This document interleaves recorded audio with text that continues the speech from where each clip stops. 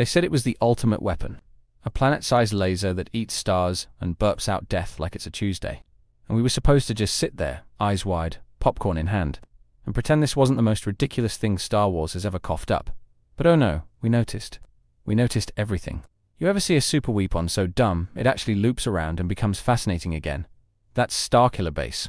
It's so absurd, so over the top, so proudly nonsensical that it's hard not to respect the sheer audacity of it all.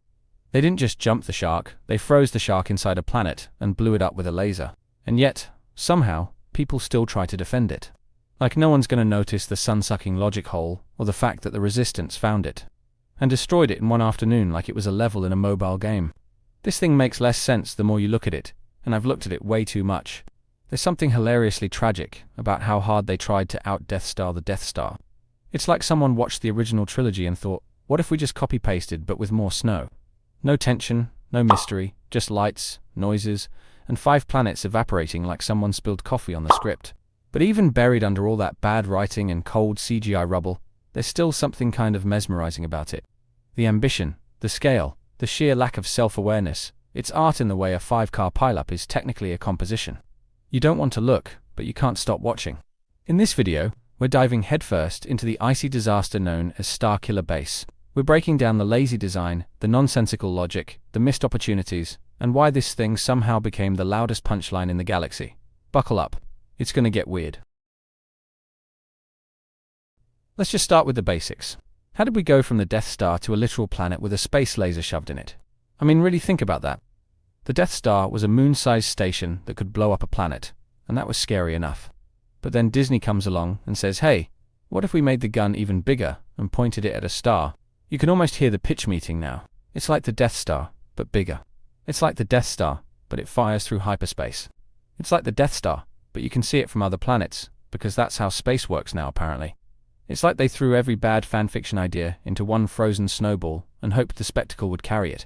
But the more you peel it back, the more the logic just falls apart. What exactly is Starkiller base running on? It's not kyber crystals like the Death Star. It's not nuclear. It's not solar panels on Hoth. It's literally sucking the energy from a sun until the star dies and turns into a red smear in the sky. So not only is it a weapon of mass destruction, it's also single-handedly wrecking entire solar systems, like some kind of interstellar mosquito. And why is it in the middle of nowhere, surrounded by forests, mountains, and snow like it's about to host the Winter Olympics? You're telling me the most powerful weapon in the galaxy was hidden in a pine tree reserve, and no one noticed? Not the Resistance, not the Republic, not even a bored smuggler with binoculars. But here's the weirdest part of all. Even with all this power, all this size, all this sun-slurping energy, it still somehow feels smaller than the Death Star. Here's what makes Starkiller base so infuriating. It's not just that it's overpowered or ridiculous, it's that it's lazy. It's a reboot of the Death Star with a new coat of snow, and they didn't even bother explaining half of it.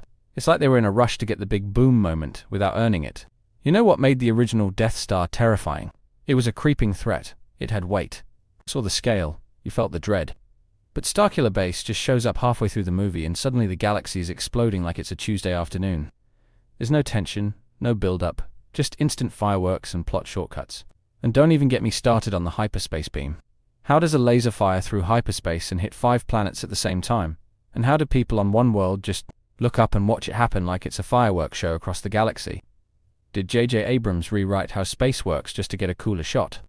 The Republic gets blown up in a literal blink, and no one even mentions the planet names Coruscant. Gone. Nope, turns out that was Hosnian Prime or something equally forgettable. Billions of people dead, and the movie moves on like it was a mild inconvenience in traffic. There's something genuinely sad about how little they respected the world building here. Star Wars was once a galaxy filled with rules, factions, and consequences. Now it's just space wands and exploding planets that mean nothing.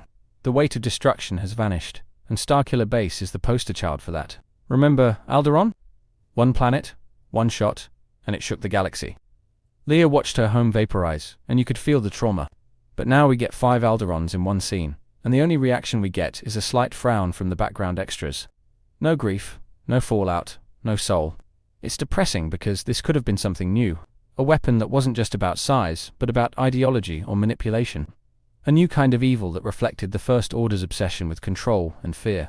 But instead, we just got more fireworks and CGI debris. And it didn't just fail the world building, it failed the characters too. Finn grew up in this place, and barely even reacts to its destruction. Poe Dameron blows it up, and looks like he just won a pod race, not ended millions of lives. The emotional detachment is baffling. What could have been a devastating moral reckoning is reduced to a checklist moment on the sequel trilogy's greatest hits tour. Blow up the base, run away, cue the music, and move on to the next nostalgia trap. It's not just bad writing, it's wasted potential. Still, for all the frustration, you've got to admit, the first time you saw it fire, it looked amazing.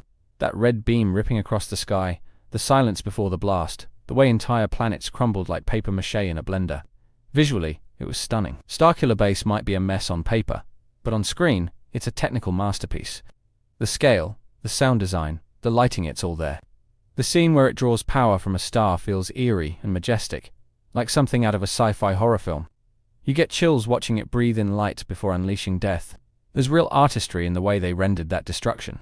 You feel the weight of that energy pulse, even if the script doesn't back it up. The ships falling from the sky, the panicked citizens, the glowing light across the stars it hits on a primal level. And let's be real, if Starkiller Base existed in a vacuum, it would be the ultimate cool but dumb moment in sci-fi history. A frozen planet laser that eats suns and burps out genocide. That's insane, and kind of brilliant in a very unhinged, comic book way. So yeah, it was over the top, poorly justified, and narratively hollow, but it sure was pretty to look at. In that sense, Starkiller Base is the perfect metaphor for the sequel trilogy. All flash, no foundation. But here's the thing. Even with all its flaws, Starkiller Base still shows that people want spectacle in Star Wars. That hunger for scale, that craving for high-stakes storytelling, it's still alive. And maybe, just maybe, there's a smarter way to give it to them. What if we took the ambition behind Starkiller and paired it with purpose? A weapon designed not just to destroy, but to manipulate. Something psychological, something strategic. Not just a laser, but a symbol that haunts the galaxy like a myth no one can stop. Imagine a story where Starkiller Base was a relic, half myth, half warning, where heroes had to decipher how it worked, who built it, and why. Not just push a button and boom. Give it layers, history, consequences. Build fear without losing logic. There's still room for epic scale in Star Wars, but it has to be earned. The audience isn't asking for bigger, they're asking for better. They want AEW, but they also want meaning. And if creators listen, they can deliver both. Because under all the rubble of this icy failure is the glimmer of what could have been. A reminder that fans still care, that imagination still matters, and that Star Wars can be more than just recycled explosions and hollow nostalgia. In the end, Starkiller Base wasn't just a bad idea, it was a symptom. A glaring red flag that the sequel trilogy was more interested in replication than innovation. It didn't just copy the Death Star, it bloated it, stretched it, and stripped it of meaning. It's tragic because it didn't have to be this way. With the resources, the talent, and the legacy at their disposal, they could have built something unforgettable. Instead, we got the cinematic equivalent of a loud noise with no melody. Empty calories on a galactic scale. Starkiller Base was never meant to be remembered. It was meant to distract. A spectacle with no substance. A shortcut to stakes without earning any of them. And as quickly as it appeared, it vanished, replaced by the next shiny object in the Disney playbook. But maybe that's the lesson. You can't just copy magic and expect it to work. You have to understand why the original mattered. You have to build, not borrow.